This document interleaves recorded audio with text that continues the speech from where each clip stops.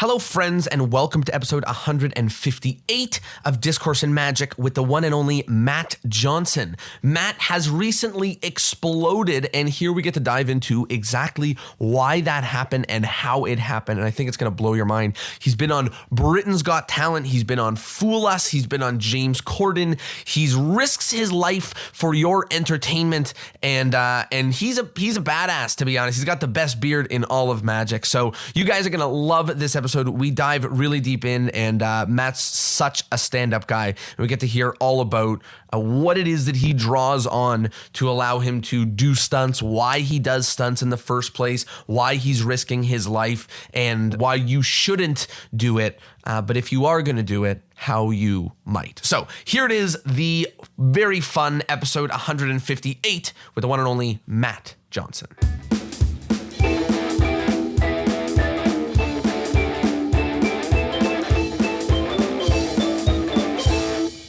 Hello, friends, and welcome to Discourse in Magic. I am here with someone who I'm super excited to get on. I'm always excited to get on somebody who actually puts their life in danger to do this thing. He's been on Fool Us. He's been on Britain's Got Talent. He's been on James Corden. And like I just said, he risks his life regularly for our entertainment. We're here with the one and only Matt Johnson. How are you? I'm very well, sir. How are you?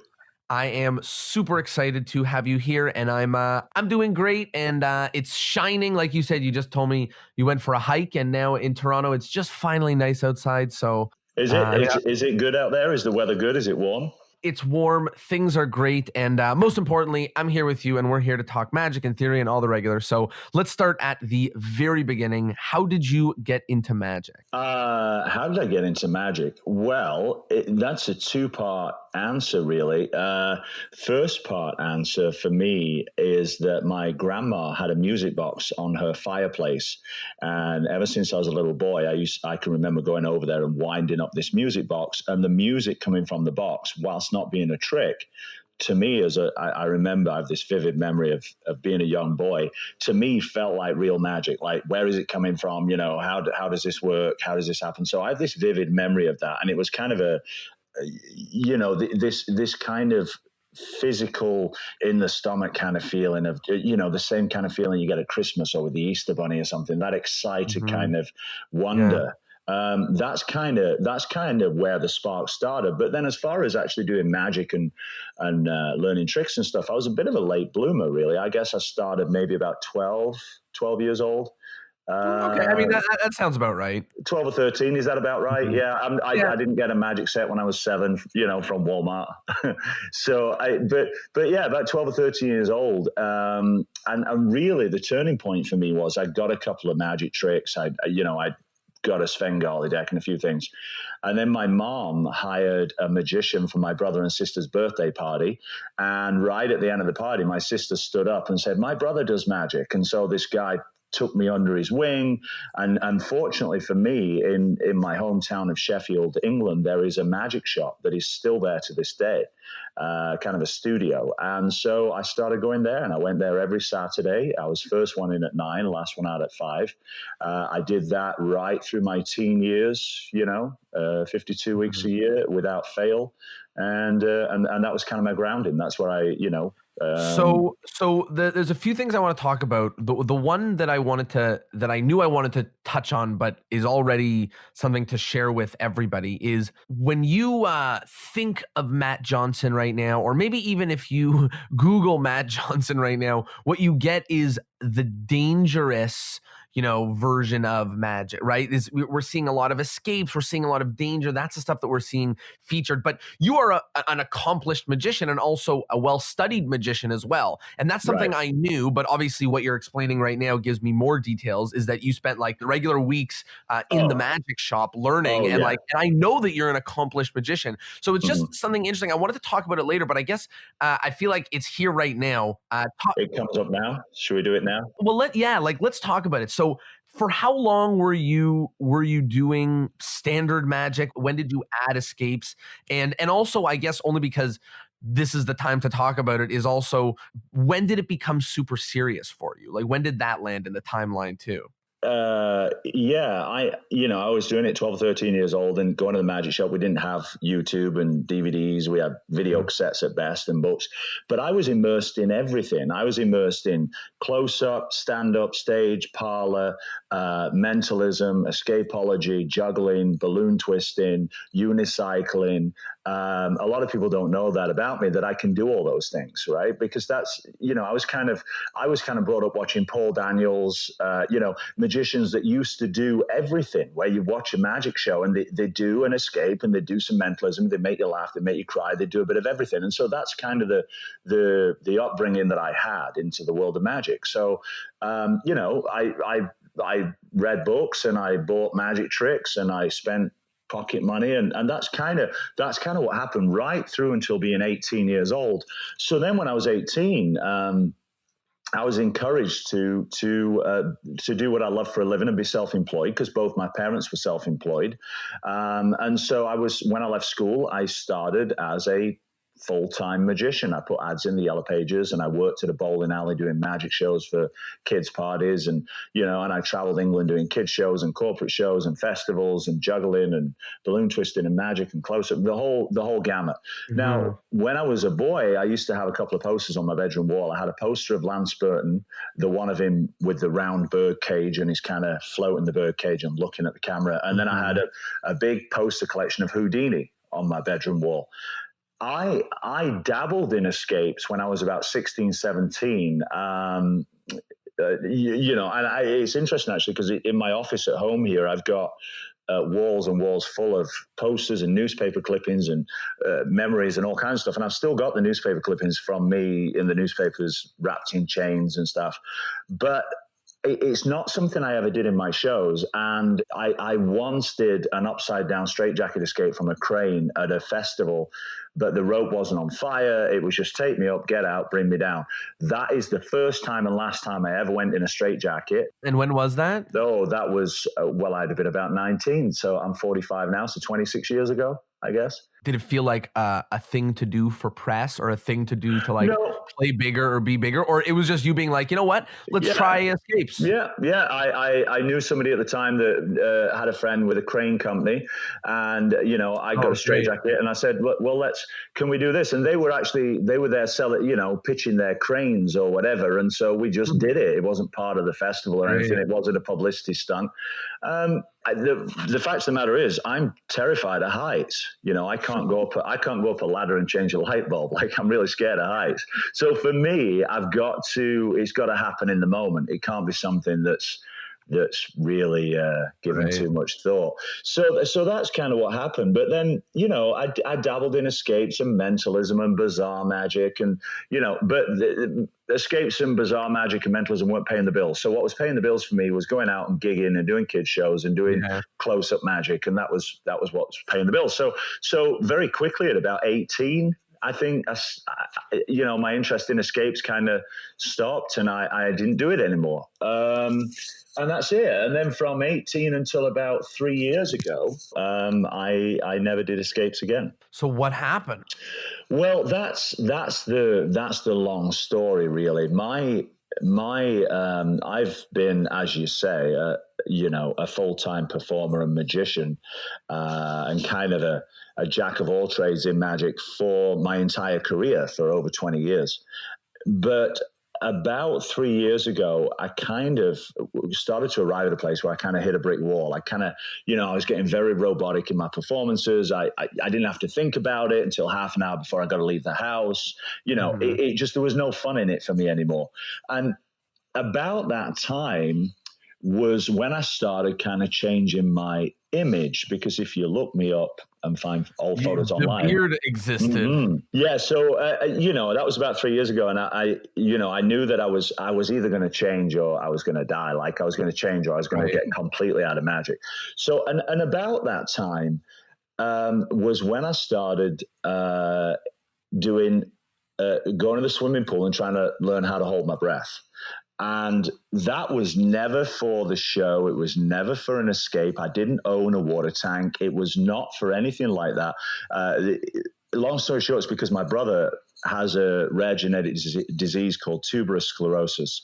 And tuberous sclerosis is incurable. He's had it since he was born. And one of the things it manifests itself as is seizures. And when my brother has a seizure, like anybody that has epilepsy, he clamps his teeth down. He doesn't breathe. He's trapped inside his own body, and he has to ride it out until the seizure's over. So, and I've seen this happen, and I've seen this happen 2-3 times in a row, and he goes into a coma and he doesn't breathe for 5 minutes, So it was about that time that I came away from England after seeing this happen, and it suddenly dawned on me, as his older brother, I should really be able to understand what he's feeling, what he's going through. So I started going to the local swimming pool. No reason other than just to try and understand. And I started going like 3-4 days a week. I'd go at 6 o'clock in the morning when it opened. The lifeguards would watch me. I'd force myself to stay on the bottom of the pool. I'd had no breath holding training, no free diving training. I didn't know about O2 buildup and CO2. I just was forcing myself to stay down there until I couldn't stay down there anymore. Yeah. And this actually went on for about 8 months, 7-8 months. And again, that's the great thing about this story, because this was as a way of understanding my brother's struggle. Not for the first time in my life, it was not about me doing something to make a living or make money or put something in my show. It was nothing to do with that. But that's what it became. And it actually became the thing that really catapulted me the most in my career. Wow. And then ultimately what happened was, I realized that in order to really understand what he goes through, I had to have a box made to put myself in and lock myself in, so that even if I wanted to come out, I couldn't until I could escape. And that's what I did. I had a box made, and and started doing that, rehearsing it. And interestingly enough, I went from being able to do 4.5 minutes underwater at the swimming pool to like 20 seconds, because what I realized is when you lock yourself in a box with chains and handcuffs, suddenly it's a whole different ball game. Psychologically, wow. The heart rate goes up and you're done. So that's when the real journey started, and that's when the real struggle began. And that's when I really started to appreciate what my brother goes through. And that's kind of where it started, really.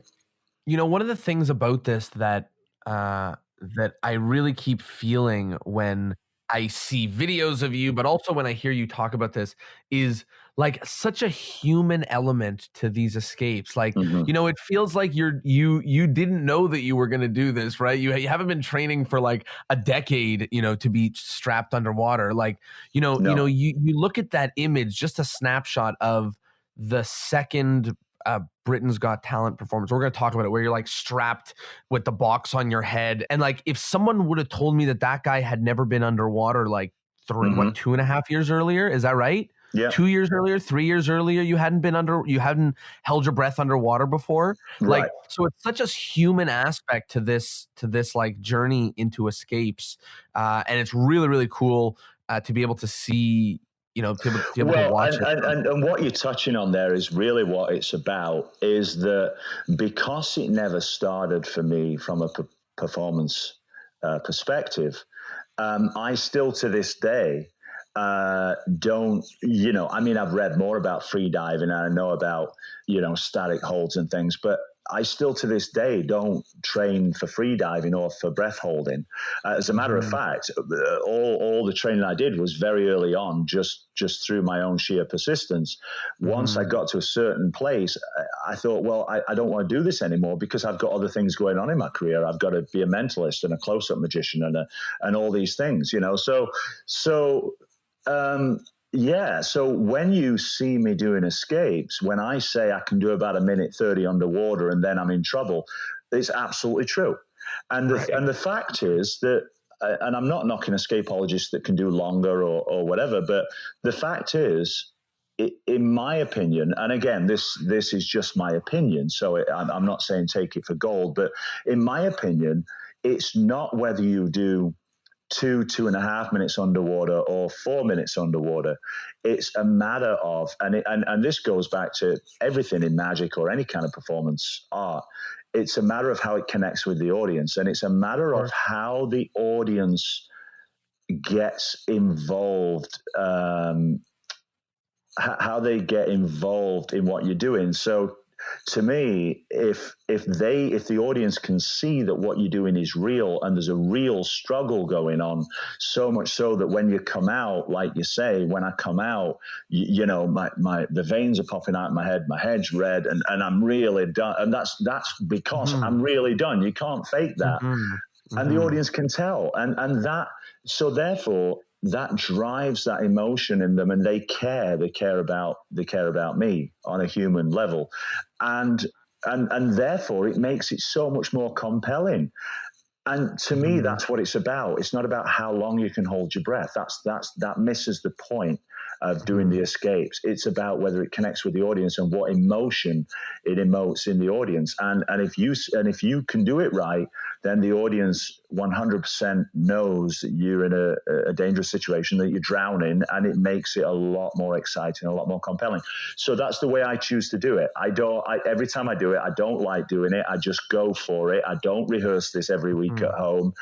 When I've got an escape, I throw myself underwater, and I just go for it. And it's dangerous, but it's very, very compelling to watch. You know, it's interesting because there's a funny idea in magic where, like, you know, if I do a trick where you pick a card and I lose it in half a deck and then I find it, or you pick a card and I lose it in a full deck and I find it. One is 1 in 26 and one is 1 in 52. And I don't know that the 1 in 52 is twice as good as the 1 in 26. And what you're saying about escapes is you're like, does one more lock, or does 3 more locks, or does one less lock, or 2 more locks, or 1 more minute, or 30 less seconds change the effect, or is there or change the experience, or is there something else maybe more important in an escape that helps change the experience of the 100%. audience, right? It's the, you know, I always say this, it's, you know, magic's not about tricks. Magic's about, people don't remember tricks. People remember people, and people remember the connection that they make with you and you make with them. Right, that's what people remember. And case in point with my escape, you know, I mean, when I did Britain's Got Talent, I was under there for 2:10, which doesn't sound like long. There are escape artists that are under for a lot longer. Sounds like long. Well, trust me, when you're underwater locked up, it is a long time. You know, it cracks me up when I get messages on YouTube and stuff, and people are like, "Oh, I watched it. I held my breath for way longer, sat on my couch." It's like, yeah, sure you did. You know, come and get in my tank and get chained up, and we'll lock the lid and see how long you last. It's hell on earth. But you know, there are escape artists that go longer, but all I can tell you is from my experience when I do my escapes, you know, every time I come out of that tank, the audience stands up. I don't ask them to. They're just so in the moment, and they feel so compelled and in it with me that they just feel compelled to stand up.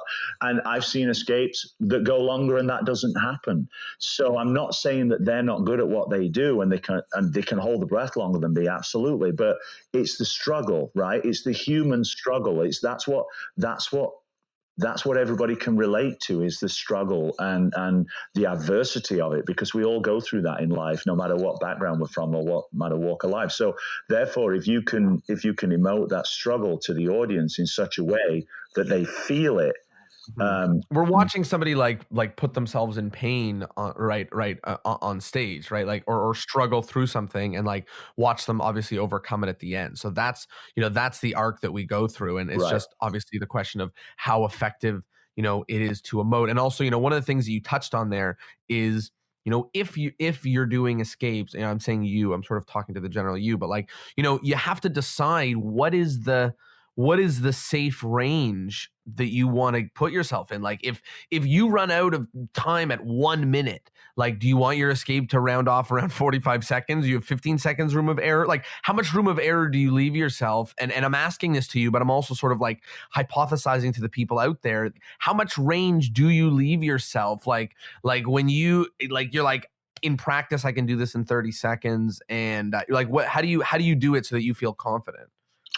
Well, that's the thing. I've been doing these escapes now. I mean, the first time I did it on air was on Penn and Teller in 2017. And then last year, you know, Britain's Got Talent. And then this year, The World's Best. And I'll be honest with you. I don't like doing the escape. I mean, when I do cruise ship shows, I don't do escapes. I just do my magic and my mentalism, and and I run a video of the Britain's Got Talent escape, and people watch it on the screen. I don't like doing them because of that. I don't rehearse them at home. I will maybe get in the tank once if I've got a TV show coming up or something. But that's it, because I don't like doing it. So it's literally just a case of going for it. So for me, there isn't a time restraint. There isn't like a leeway on, well, I can do 45, so I'm going to push it to 30, and then that just doesn't happen. I push it as far as I can push it, and especially like with the water tank that I do with the keys, with all the different keys. I mean, we did it on Penn Teller, it was a minute 52. We did it on Britain's Got Talent, it was 2:10. When I did it on World's Best this year, it was 2:32.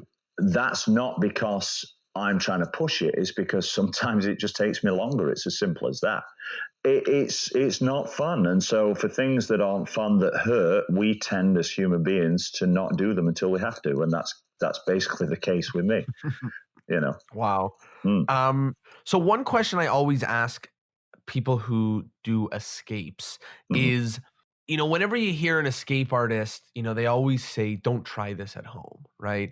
And I think probably this podcast has a high percentage of people that might try it at home. So my question is, what's your advice for somebody who is actively not listening to the escape artist that says don't try it at home, and they're planning on trying it at home? Because obviously, like, we want there to be info out there. Not that, like, your story is amazing, but I want someone else to not have to be like, let me lock myself in a box for the first, you know what I mean? Like there should be instructions, there should be advice, so like, what can you tell someone now that you went through the grunt work and you paved the path, that, you know what I mean? Like, by doing it just by like head on, like, what does someone else need to know if they're going to do escapes, or at the very least, if they're going to do underwater? Well, I mean, first of all, my first piece of advice will be, don't try this at home.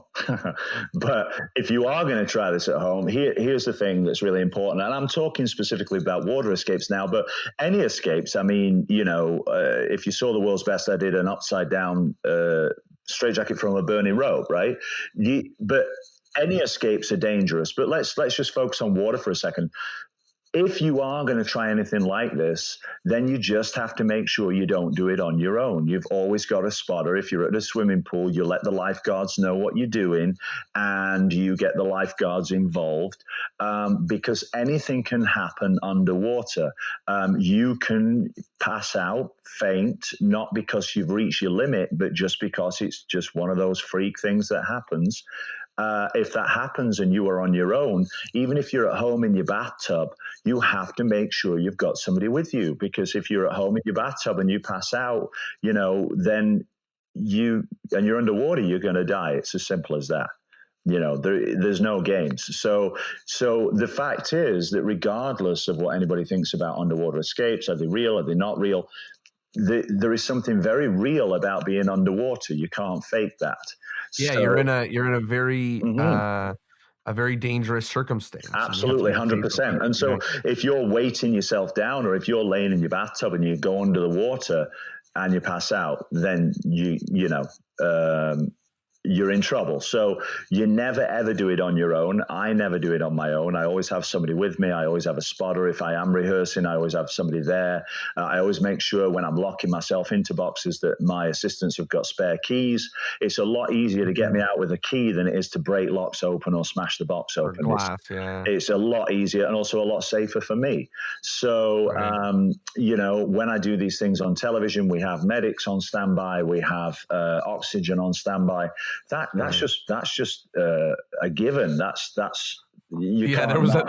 a moment in one of the Britain's Got Talent where they asked you like when they should go in, and you're like, after a minute 45, that's when you should go in, and you like go, and I'm thinking to myself, and I'm like, What in the heck are the judges going to do? What do you mean go in and like these Well, panicking? Like, what are they going to do? What are they going to do? It's interesting, you know, because I remember that episode of Britain's Got Talent, the first one, and I remember specifically Simon Cowell said to me, "Well, what do we do? What are we looking for?"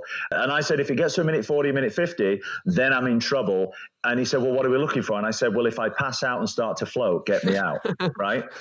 Well, I've since changed. That used to be my philosophy, but that has since changed because I don't want to say where it happened or why it happened, but 4 weeks ago, I was doing an escape and I didn't get out, and I essentially drowned. And the next thing I knew, I woke up on a stretcher in trauma. Oh my goodness. Yeah, so this is not public knowledge, and I don't want to say where it happened, how it happened, why it happened. Basically, yeah, I do push it to the limit, and this time I couldn't get one of the locks undone. It was my own stupid fault. It was complacency, but it happened, and I kept pushing it because obviously I didn't want to give up. Because once you give up, the escape's over. But we had planned a signal, which I've never had a signal before. But for some reason, we planned one. The escape's extremely dangerous, and we planned a signal. And I was supposed to be out in 2 minutes, and it went 2:10, 2:20, 2:30. My music ended. I'm still in there. 2:40, 2:50. And then I realized in a moment I'm gonna die. This is the first time this happened. I can't get out. I have nothing left. I'm gonna die. So I gave my signal to my team, but as soon as I gave the signal, my eyes rolled up in the back of my head, and I blacked out. I took in water. And that was it. I don't remember anything else other than waking up on the floor and ending up in trauma and having x-rays because they thought I got pneumonia, and intravenous in my hand and oxygen up my nose, and I'm laying in a bed in intensive care. So, my point is, when you're saying what can we say to people at home, don't try this at home because it is extremely dangerous. And I've been doing it for a couple of years now, and I treat it with the utmost respect, and I have all precautions in place, and I have a team that's looking after me. But even with all that, I ended up in that situation. Mm-hmm. So, Chung Ling Soo used to do a bullet catch, and because he didn't clean his gun the way he was supposed to, in a performance, he died. And that's just a simple fact. When you start to get complacent with things, the smallest mistake can make the biggest difference. Mm-hmm. And we're not talking about an audience not being impressed. We're talking about life on the line. Right. I've failed a magic trick on stage. I'm sure you have too. Many but it's times. A totally different thing. It is a different can of worms when there is only success. There is no failure. Failure is. Look, I mean, with escapes, especially things like burning ropes or underwater escapes, anything can go wrong. Absolutely. I mean, you can anything can go wrong crossing the street. I mean, if you're putting yourself in harm's way, then things can go wrong. If you get complacent with that, then the danger level increases astronomically. And if you get a magic trick wrong or a card trick wrong, then you lose face. If you get an escape wrong, at very least you're going to cut yourself. I've cut my head open and bruised myself and burned myself and all kinds of stuff. But if very most, you're going to die. It's as simple as that. So you have to treat it with respect. And I didn't think it would ever happen to me. And as a matter of fact, until that moment, I'd never blacked out. I'd always tapped out before I blacked out. Right. But this time I blacked out, and and so I'm very lucky. That's crazy. Let's talk a little bit about Britain's Got Talent. So that was what a crazy journey, and also really crazy to watch you on social media. One of the cool things about the magic community is someone gets featured on these shows and you get to watch them, go through these different phases. You know what I mean? And it was just so awesome watching Britain's Got Talent go down and watching you just be featured and just slay it on there. So talk a little bit about the experience and what the whole thing was like, how it felt, and also the thing that I can't get out of my mind is But when I go on stage for an audience that's 3 or 4 or 5 times the size of the one that I usually do, like, I'm nervous. My heart's beating faster. And you know what I mean? Like, and I couldn't imagine that with my head going underwater too, and how that would affect things. And like you said, you go into a box and you go from 4 minutes to 30 seconds. And what happens when you go from in a box in your garage to on a stage that's being broadcasted to 20 million? You know what I mean? Like, and what's going on there? So talk to me a little bit about the journey and how it felt. Well, the journey. We need to back it up a little bit because a lot of people don't know this about my journey with Britain's Got Talent. But I tried to get on it for about 5 years. I was never asked to go on the show. I just auditioned. I used to send in audition videos. I really wanted to be on the show. And so I tried for about 4 or 5 years and never got a response. And then it wasn't until I sent in a video of a very rudimentary version of the water tank that they said yes. But that yes didn't come last year. That yes actually came the year before. I actually went to England to do Britain's Got Talent in 2017, which is what a lot of people don't know. With my original water tank. And so I paid about $6,000 to get myself there. On the day of filming, we did a rehearsal in the morning. And in my rehearsal, at 2 minutes underwater, my water tank shattered. Oh And no! a lot of people don't know this. It basically cracked and then it split with me inside, and all the water went all over the set, shut production down, and I got no tank left, and I came home. Gosh. So that was 2017. That was me, chasing my dreams, getting there, and then it not happening. So that's why on my right hand I've got a tattoo that says "Never Give Up," but next to it, it has the date that accident happened. So I came back from that, and then I decided, I got this tattoo and I saw it every day, and I decided I'm not giving up. I'm going back. So I applied for 2018, but I sent, 20, 30 emails. I was getting no response because, if you flood the set of Britain's Got Talent, they're not excited to have you back. You know what I mean? Yeah. So anyway, I kept trying. I said, I'm not going to stop sending emails until somebody responds. And finally they responded and said yes. So I went back. I paid another $5,000 again to ship all my stuff and fly myself there. And, on February 8th, it didn't air till April, but it was filmed on February 8th. I went out there, did the water tank, and that's what you saw. And that's, I got the 4 yeses, the standing ovation, and then that, and everything. My life's changed since then. So I wanted to bring that up first because it's a very important lesson about never giving up in life, and not, and adversity is going to happen. People are going to say no, but you just have to keep going, and you just have to realize that today is the first day of the rest of your life. You can't let it stop you. If you do, and if I'd let that stop me, I wouldn't be here. So, so that is the journey for me. It started long before what you saw last year. That's crazy. One of the things that keeps coming up, and just the way you're even talking about it, you can hear it in your voice, is the way that you deal with failure. Like the way you're talking about the Britain's Got Talent audition going wrong, the way you're talking about emailing them every year and them not answering, the way that you were talking about earlier about recently when you passed out for the first time. Like, one of the things that strikes me is that you've gotten very comfortable with getting back up, brushing yourself off, and like diving back into it. And obviously it shows with Britain's Got Talent and Penn Teller and things like that, which obviously take lots of. It's gonna happen, man. It happens to the best of us, and this sounds so cliche, but it's absolutely 100% true. The people that succeed, it's not how many times you fail, it's how many times you keep getting back up, and that's the only difference. That's the only difference. And trust me, I have failed so many times that I've wanted to give up. And I've been very close to just giving up completely. But it's just got to be this desire, this innate desire and drive to never stop and to never take no for an answer. And that is the only difference between me and anybody else. Everybody can do it. It's just you have to keep going no matter what. If you want it, you've got to go for it. It's as simple as that, It feels like you go for so many things with brute force and pull it off. And it's so great. Like, you're like, I didn't know how to hold my breath, but I just figured it out. You're like, I don't know how to do Britain, but I just emailed them every year. And then I went, I did. and it Absolutely. failed, and then I kept doing it, and then I figured it out. Like, absolutely.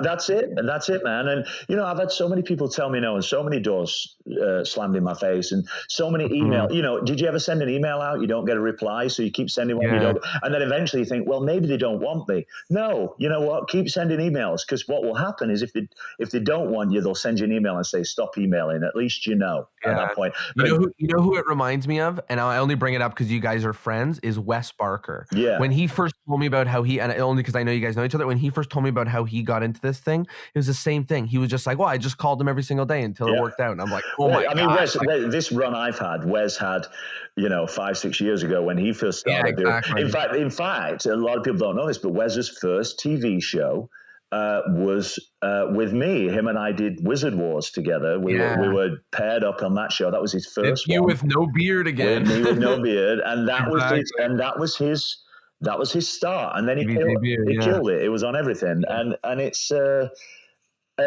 happened a good 3 or 4 years before me. And people like Wes and my good buddy Vitaly Beckman that was on Penn and Teller, they've been inspirations to me, and so you've just got to have that drive and that persistence, and you just cannot stop. You are going to get told no. You're going to get told, I've been told, shave your beard off, do this, don't get tattoos, do that. When I started doing escapes on Britain's Got Talent, my plan was to do one escape, and then to do a mentalism piece, and then to do a close-up card piece, and then to do an emotional piece. But I got told, no, you're the escape guy. I really struggled with that, man, for quite a while after I did that first escape. I thought, I don't want to do this. This is not what I want my career to be. But in fairness to them, they saw something in me that I didn't see in myself. And they pushed it, but they were right. They were absolutely 100% right. I wouldn't be. You know what? It's so crazy to hear somebody saying that the producers of the show that pushed them to do the thing that they didn't want to do were right the whole time. Yeah, they were right. And listen, if I'd have really dug my heels in, then they would have gone with what I wanted. But they suggested it, and they were right. And ultimately, everything that's come from that, World's Best, James Corden. I did a lot of people don't know, I did a show in Italy called Tu sei che Valis, which is a talent show. All the world travel, it's all come from that. And so they were 100% right. And going back to what you asked, my experience on Britain's Got Talent, once I got myself there, was fantastic. And I'm saying that because you hear it so many times that it's not, and people say, oh, it's bunko and it's all fixed. No, it's absolutely 100% real. It's a competition. When you're there, you're in the green room sweating. You walk out on stage just as you see it on TV. Do they edit bits? Of course they do, but everything is as you see it. I was treated with the utmost respect. I was everybody that I worked with on the set and on the production team was fantastic. All the cast members and the other performers, it was like a little family.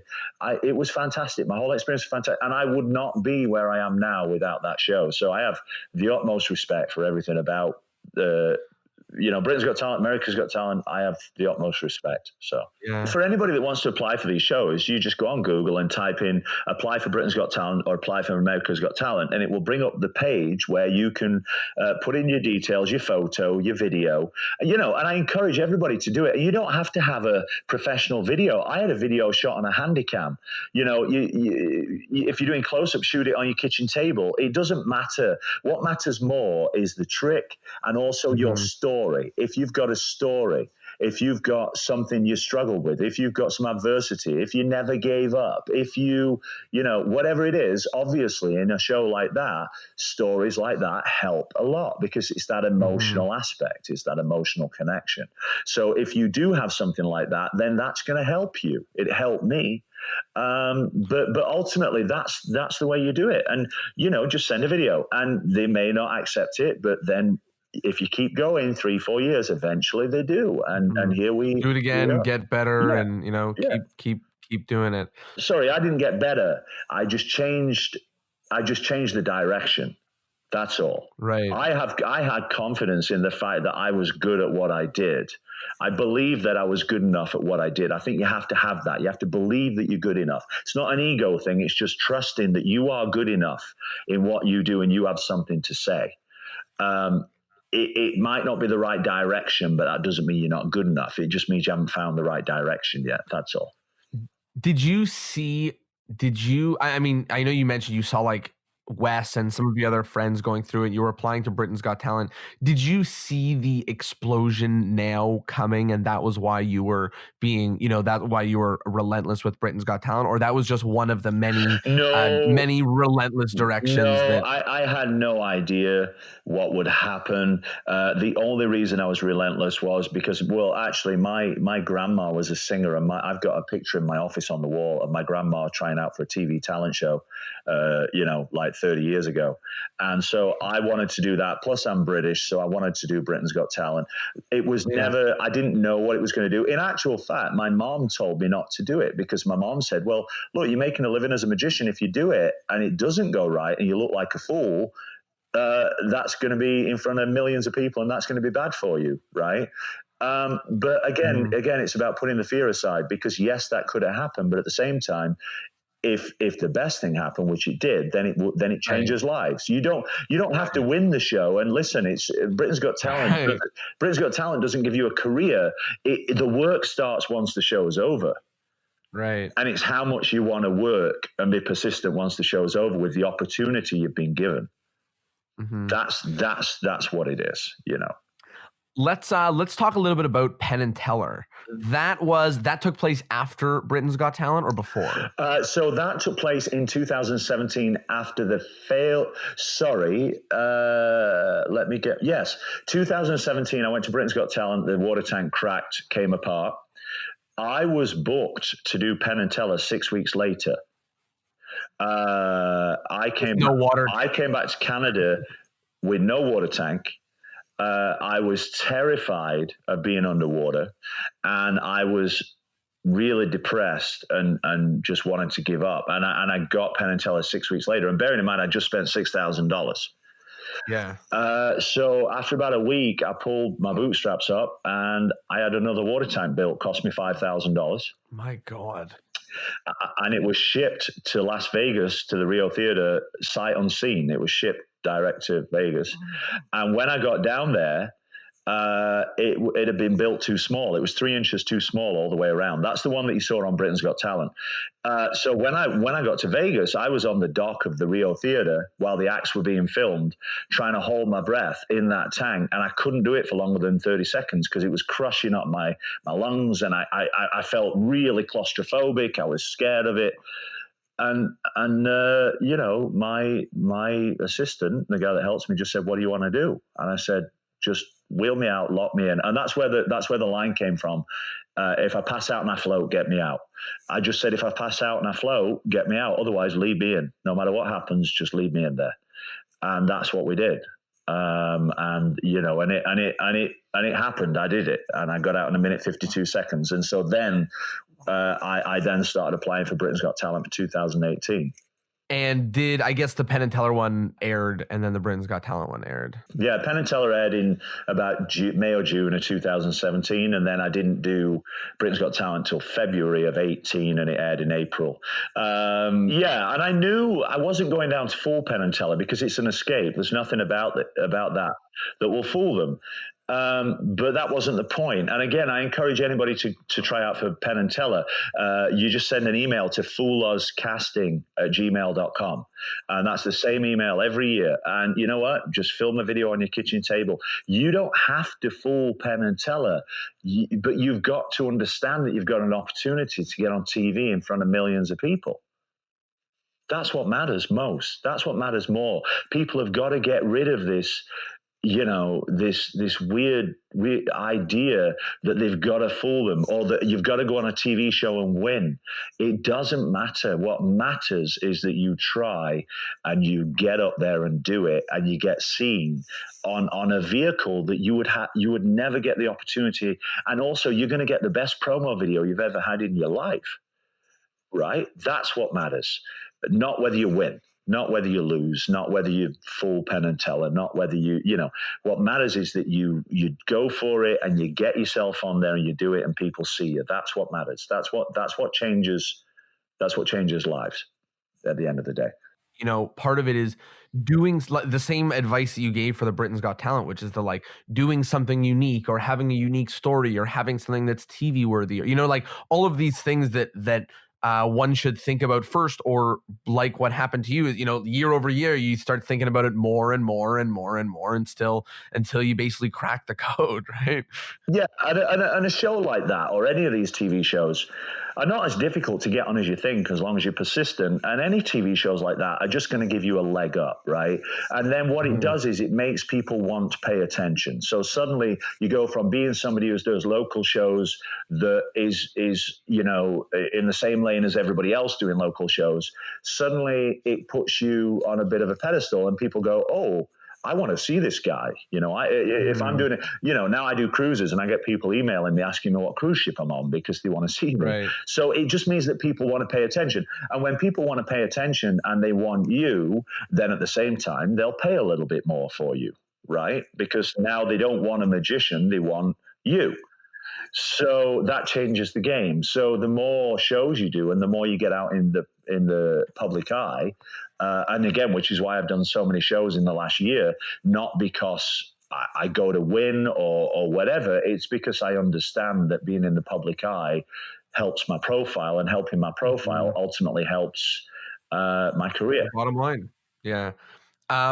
So this is sort of a strange question, and you already brought it up because the escape isn't to fool Penn and Teller, right? Like it's an escape. So that wasn't really the point of going out there. But it is interesting that Penn and Teller, shared a solution in whatever way that they did. Mhm. And then that video with a magician sharing a solution. And then you did that same act on Britain's Got Talent, and for 20 million people. Now, I don't think anybody who goes and watches the Penn and Teller one is going to feel like they know how you did it, because there's no knowing how you did it. It's an escape. But what do you feel about that? Because it does sort of feel like is exposed and then you share. Do you understand what I'm asking? You see, the great thing about the water escape is this, and I say this to everybody, is regardless of what you think, and I can tell you from somebody who just almost drowned 4 weeks ago, that nothing is foolproof, regardless of what you think.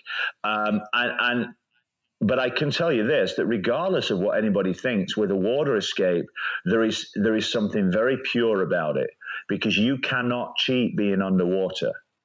Mm-hmm. You just can't cheat that. You can't fake that. I mean, you can fake it, but in the ways that water escapes are done now, the people that are doing them, like me or Andrew Basso, or you can't Dean Gunnison, you can't cheat that because they're looking at you through the glass, because the audiences won't accept anymore going behind a cloth like we did 100 years ago. Now it's got to be there. So you can't cheat that. That is as real as it gets. That is also why that water tank escape is very difficult on a talent show to follow up with anything else. Because that's why it's so pure. It's so pure. And so Penn and Teller, guessed a few things, and I'm not going to go into it, but I mean, no. I don't want you to. Yeah, but they guessed a few things, and regardless of whether they were correct or incorrect, and you might be surprised because things do get edited, but you might be surprised. But regardless of that, they were so gracious, and again, that show was so incredible, and the staff was so fantastic, and again, it catapulted my career. So fooling them, it was neither here nor there in my mind. It is the last thing that's important. What's important is the opportunity they gave me to do what I did, and what it did, and how you delivered. Exactly. So I was very careful. We're doing the water escape on Penn and Teller, and then going on Britain's Got Talent. I understood that it was okay to do that one because you are underwater. Right. There's that purity, and there's that that you can't fake it, and there's no exactly. Yeah. And in the grand scheme of things, man, just because 5 million people watch one show and 70 million Totally. people watch the other video, you'd be surprised. It's a the small, Venn diagram it's a isn't that small big. speck of how many people. That Venn diagram of Britain's Got Talent and Penn and Teller Fool Us meets in a very little spot. There can be lots of theories, and as you know, people go on YouTube and expose all kinds of stuff, whether it's right or not right.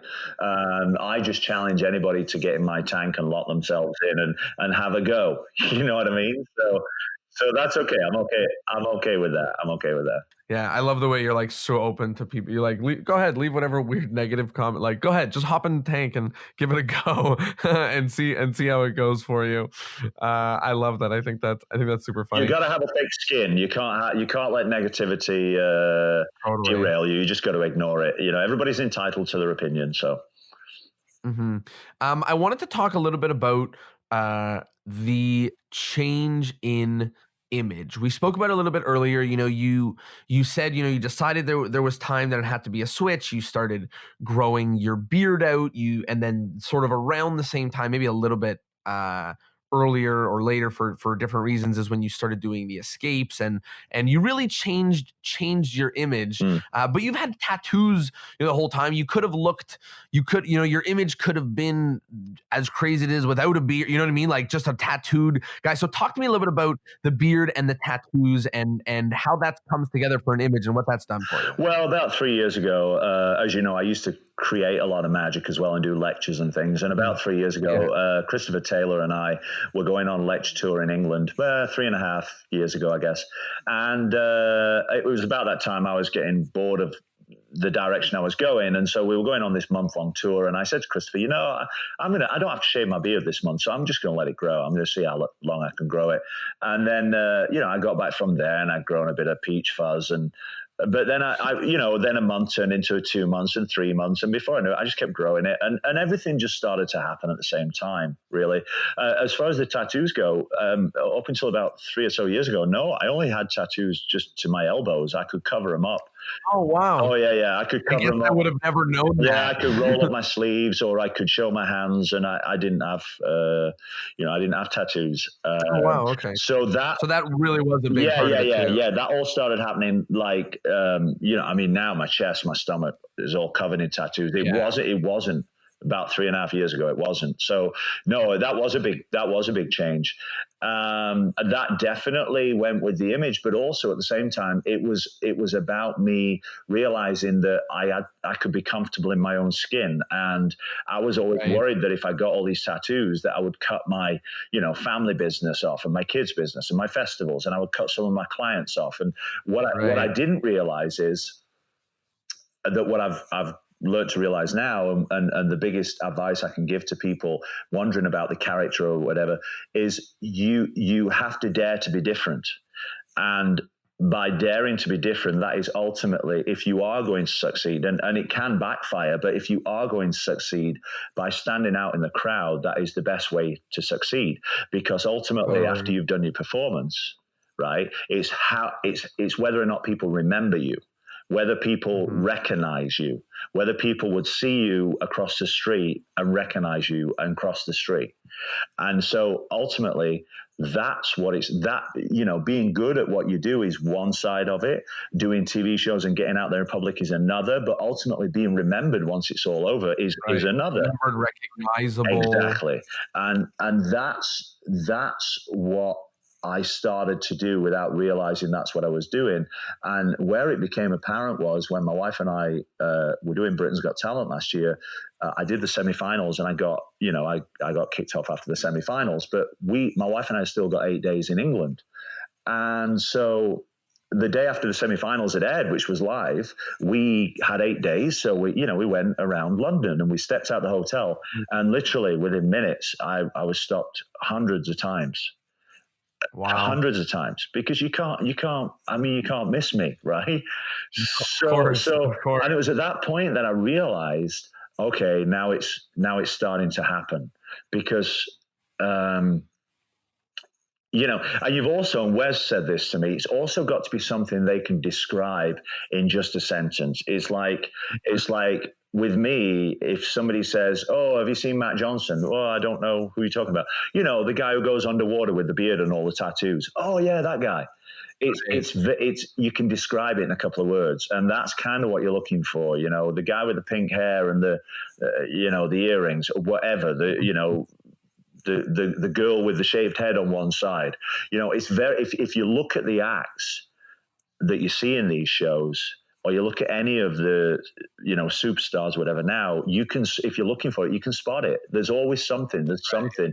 And that's why every star or whatever, every couple of years changes the look or changes the brand, because I'll ride the TV shows now for a year or so working, but in a couple of years, I'm going to have to do them again, because you've got to stay on top of your game. Otherwise, you'll just get forgotten. Mm-hmm. You'll get forgotten about. I am so excited for the Matt Johnson in 4 years with a giant pink hat and big yellow clown shoes. Oh, dude, I've done that. I've been there. I've lived that life already. You just got to come to my office and look on the wall. That's already been done. So, you know what? It's so funny. You're talking about this office and this wall, and this sounds like the coolest office ever. If you take a photo of the office or of a wall that has some photos, can I share it so people can know what you're talking about? Yeah, it's not a huge place, but it's in my home, and I always wanted a space, so it's my office. But then the walls are, and it's a work in progress, but the walls are covered in memories and pictures and newspaper clippings, and I collect number plates from all over the world where I travel. There's product releases. There's things that people have given me, like Dean Gunnison was always a hero. He's now a friend of mine, and he's signed stuff for me. And there's handcuffs and straight jackets. Oh, there's all kinds of stuff in there. Door hangers from the Late Late Show with James Corden. There's all kinds of stuff in there. And so it's just where I kind of, when I'm home, it's just kind of where I go, and it's just sometimes I'll just sit down and look at everything I've achieved in life, and it's not to show anybody. It's just for me, One of the things that becomes really clear when we talk about brute force, and we're talking about putting yourself underwater and doing these things over again and overcoming adversity and all these different things. One of the questions that always flashes before yourself is why, right? Like, why keep doing that? And I think that you're very in touch with a lot of these whys. You've got pictures up on your wall. You're telling me about family members who are on shows. Your brother plays a very large role, and just it feels like you're very, very in touch with the whys behind why you're doing all this. And I think that might be part of the secret to how it really is. It really is. And I wasn't always in touch with it. I was always a performer because, well, first and foremost, because it was my passion, but then it just turned into, well, how I pay my bills, right? And the second it becomes about how you pay your bills is the second you've got to leave. You got to move, you got to change. My biggest change came when I stripped myself down and really started to rebuild myself, and I started to be comfortable in my skin and accept the fact that this is who I want to be, whether people accept it or not. And I then started to change the way I perform. So if you watch my theater show now or watch me on a cruise ship, my show is all about my life, and it's all stories of my life. They're all true. When I used to perform, it was theater, but now people know sincerity, and I think people, I think there's a greater connection comes, and that happens in the water tank too. And so now this show is a story of my life, and all the magic is accentuated with real stories of my life and my family. Because one thing I learned is that every single person on the planet is unique, and what makes us unique is our stories. But at the same time, many of those unique stories are the same with everybody on the planet. Like going on family vacations, or having your grandma come to visit, or graduating high school, or whatever. We all have those same stories. So if you can relate those stories to your audience with sincerity, and you can have moments where they go, "Oh, that happened to me too," or "Oh, I remember that," then you're on something really magic. And that's where it started to change for me. And I'm 45, and it didn't start changing. I didn't start reinventing myself till I was 42. So it can happen anytime. It's never too late, But I think that the key for every performer out there is to tap into your sincerity, tap into the core of who you really are and what you're about, and tap into your stories and your family and your history and all the things that got you to this very moment right here, right now. And if you do that, you will very easily find your character and your direction, and that will in turn, for magicians, that will in turn very clearly show you the direction that your magic's supposed to go, and also show you the kind of magic that you should be performing. And suddenly the magic shops don't seem as full of magic anymore when you know what you're looking for. Boom. Yeah. Wow. So beautifully said. And it's so true. The more you know you're looking for, the more magic shops and magic websites aren't what you need craft stores or whatever road you go down, like you need something different to get exactly what it is that you're looking for. We've got a few wrap-up questions at the end. Before we get there, I just have one last question, which is, what does your brother feel about based on all of this success, and particularly all of this success featuring you putting yourself underwater? How does he feel about all this Yeah, right now? it's very strange if you think about it, because my success ultimately came from my brother's adversity, which was Mhm. never my intention. But when I started doing this and it started getting picked up by shows, of course they want to know the backstory and the reason why. And I just happen to have a sincere story and sincere reason why, as opposed to a fabricated one. And so, at first it was a bit difficult to tell that story, but now, no, it's good, and it's good because for a couple of reasons. One, it brings awareness to TS and the TS Society and tuberous sclerosis, which is a pretty rare disease worldwide. So it brings awareness to that. And secondly, my brother, has become a bit of a celebrity too. So like in his hometown, people recognize him because all my family lives in England. And, when I did the show, The World's Best, I lived in Hollywood for a month, and they flew my dad and my brother out from England to Hollywood Oh, to great. be in the show. And my brother got to hang out in Hollywood and, and go to TV sets and meet James Corden and all these. So, I mean, he That's he awesome. he loves it. It's great. He's proud of me. I'm proud Great. of him.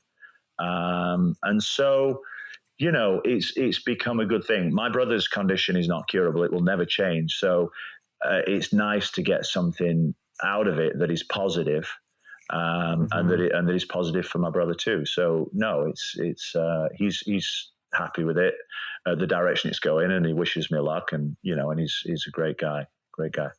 That's amazing. So great to hear. Um, there are a few wrap-up questions that we have at the end of every episode. So the first is, let's talk a little bit about modern magic. So in the world of magic, what's one thing that you like that's going on right now, and one thing that you don't like? I guess if I were to put it in a nutshell, it's actually the same thing, but either side of the coin.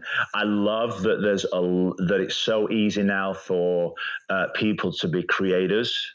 I love that everybody's got a video camera and a MacBook, and they can edit and they can create, because it means that we're getting to see a lot of magic and a lot of creative ideas that 20, 30 years ago, when I was into magic starting out, we didn't get that. People Mhm. sat at home, didn't have that vehicle to show it worldwide. So I love that about magic now, because there are some real gems that come out. At the same time, that is also the problem with magic today, is that there is too much stuff. It's too saturated. And I'm talking here about tricks and products, I guess. Mhm. It's too saturated. Yep. There's too much stuff. It's for a lot of, well, I guess it's a hobbyist thing anyway, but for a lot of hobbyists, it's about, owning the latest thing and the newest thing. And now Yeah. I remember when promo videos used to be, we'll show you the whole trick with the routine, Right. right? Whereas now promo videos are about hiding most of the method. And I understand that, but it's about the video is just geared towards magicians to make them buy the trick. And so, is that really about performing magic for lay people anymore? the whole Yeah, we're magic. getting farther and Yeah, farther away from the that. whole magic product thing is all about all about selling magic to magicians, which seems so crazy to me. That's so it seems so backward in thinking, which is why, It's a like, self-fulfilling prophecy. yeah, which is why a lot of the workers and stuff that are out there doing stuff. I know when I release things from time to time, I release them because they've been in my show. I've worked on them for a long time, and I want to put my stamp on them, and I just want to put them out and put my name on it. But a lot of times, a lot of these magic companies don't want them because they're not flashy enough, or the gimmick's not cool enough, or Right. It's not a product, an actual thing that they can sell. right. Like 25, 30 years ago, it was different. Right. But, that's growth, I guess. But at the same time, there are lots of nuggets in there. I tend not to buy magic much anymore. If I do, it's something very specific I'm looking for, not something that I see. For me, for me, tricks are a destination. I go looking for them. It's not about just seeing a video and going, oh my God, I got to buy that. A card trick's a card trick, right? It doesn't matter which way you slice it, it's still a card trick. Yeah. So, that would be magic in 2019. At the same time, magic on television, I don't think has ever been better. I think that right now there are so many opportunities. When I used to watch Paul Daniels 20, 30 years ago, it was impossible to get your own TV show unless you were good at what you did and you had a small amount of luck, and everything was done by faxes and telephone calls and mail. Now that's changed. Now people are given the opportunity to get on these talent shows and worldwide TV shows and YouTube, and you can put your magic on YouTube and it will get noticed and it will get picked up. So in that sense, it's so much easier, and there's a lot more opportunities for people to have these opportunities in their careers, which is fantastic. And I think there's a lot of great magic on TV and Netflix right now. So I think magic goes through waves, right? But I think right now it's on top and it's doing really well. So that's good. That's good for all magicians. Anytime a magician gets on TV, it's good for everybody. So for sure. The next question is the endless chain. So in order to keep this podcast going on for eternity, each guest is asked to recommend another guest. So who is somebody who absolutely has to come on this podcast and would be super great to share their words? Wow. I guess I would probably say my good friend Vitaly Beckman. But I will warn you that Vitaly steers clear of magic conventions, magic products, magic shows, magic anything as much as possible, because he's all about performing and not about hanging out with magicians. So, well, the caveat for this question is the person has to actually want to be on an episode.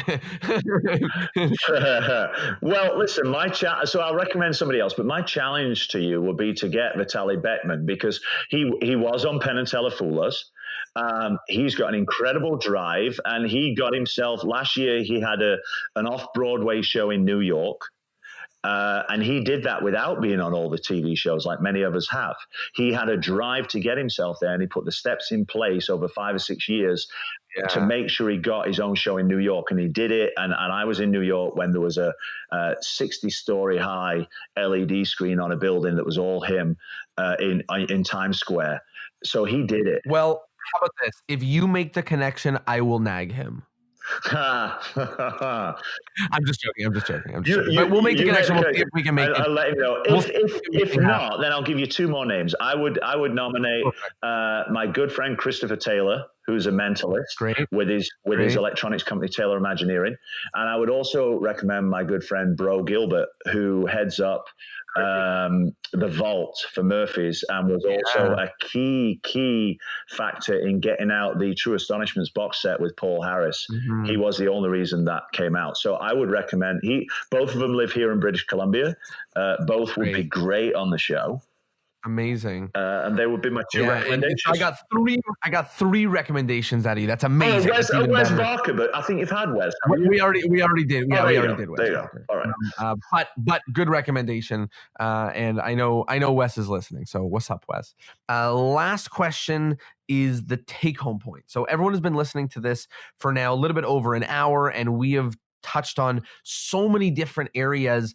And, if there's one thing to take from it, sort of each of us, you and I want each of us to sort of pull the one nugget. So if people leave this and they think back to this episode, they have one specific thing to think about. For me, the big nugget was the brute force. I think that really, really shined through, and just understanding that, like, pushing through with brute force, and as long as you have your why, then that you're going to keep going at it, and it will work. Like, whether you're emailing them for 3 years or 5 years, or the thing shatters, or you have to go back, and it will work. So to me, brute force was the big take home point. What was it for you? What do you think you'd be happy with people taking home? It would have to be the same thing, but with the words "never give up." I mean, this has become such a mantra for me, and it's really, I never set out to inspire people, but I get emails and messages from people all over the world that say that it inspires them, that I'm helping to change their lives, that never giving up is a mantra. And so it's tattooed on my hand, and it's something I looked at every day while I was brushing my teeth to make me go back and do it again and ultimately change my life. So those words, never give up, and remembering, again, like I said, that today is the first day of the rest of your life. Everything before it really doesn't matter. What matters is what you do with it going forwards, and you only get one shot in life, so you got to make it count. Nobody's going to do it for you. Nobody's going to hand it you on a plate. You've got to go out and get it if you want it. And so if you do, just know it's going to be hard work, but it's worth it. So never give up. Go out and get it. And today's the first day of the rest of your life. I love it. The very last question is plugs. Where can people find you, and where can people find any products or anything that you've released, or anything that you want people or magicians more specifically to go and find? Well, on Twitter, Instagram, and Facebook, just 3 words: like Matt Johnson. So those 3 words on Twitter, Instagram, and Facebook will find me. That's the best way to keep in touch with what's going on, because my life is changing daily. I'm hardly ever at home. I'm traveling the world doing all kinds of stuff. So like Matt Johnson, follow me on those 3. As far as products go, my products are available worldwide. I've done a lot with Penguin Magic. So if you go to Penguin Magic, insert Matt Johnson and also Matthew Johnson, because it will bring up different products. My last couple of products, that's a good twist there. Matt Johnson and Matthew Johnson for different products. Well, I was always Matthew Johnson, but when I did a Penguin Live lecture there, Dan Harlan suggested I shorten it to Matt Johnson because it sounded cooler, and he was absolutely right. So thanks to Dan for that. It reminds me of that first Spider-Man with Tobey Maguire, when he's in the wrestling ring and he goes, "Call me the human spider," and the guy goes, "What?" And he goes, "No, let's go with Spider-Man." Exactly. It just sounds cooler. So he, So there's a lot on Penguin Magic under Matt Johnson, Matthew Johnson. But the last couple of products that I've done, the Journey, which is my 5-year work on any card at any number, and then the latest one was In Plain Sight.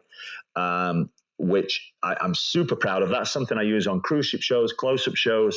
Everywhere I perform in plain sight. It really is great. It's a great method. So both of those are from Murphy's, produced by Murphy's, so they're available at stores worldwide. So the Journey, In Plain Sight, your local magic store worldwide. If they don't have it, they can get it. And apart from that, that's it really. I've got some exciting projects coming up this year, which I'm going to be announcing very soon. And so again, if you follow my social media, you will hear about those. And if there are any live shows or touring shows, again, it's always announced through my social media. And finally, I'm off to Belgium in 10 days. I'm at a magic convention, which I don't do much anymore, but I'm doing a lecture. I'm doing the water escape.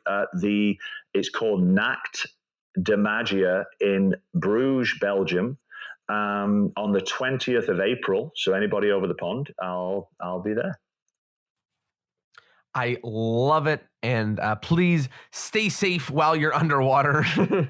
But with that, a big, huge thank you to you, Matt, for joining us on this episode and sharing all of your knowledge and info. And and really just, motivation on how to move forward, how to get things done, through brute force, and how to never give up. And I think that, where the last few years even have your career have taken is such a testament to that mentality. So thank you so much. Hey, Jonah, it's my pleasure, man. Thanks so much for having me. It's been an absolute blast, and an hour and 20 minutes has flown by. So anyway, listen, I can't wait to hear it, and all the best to all your listeners out there. It's been real fun. Thanks for having me. Beautiful. Thank you so much, and we will see everybody next Thursday.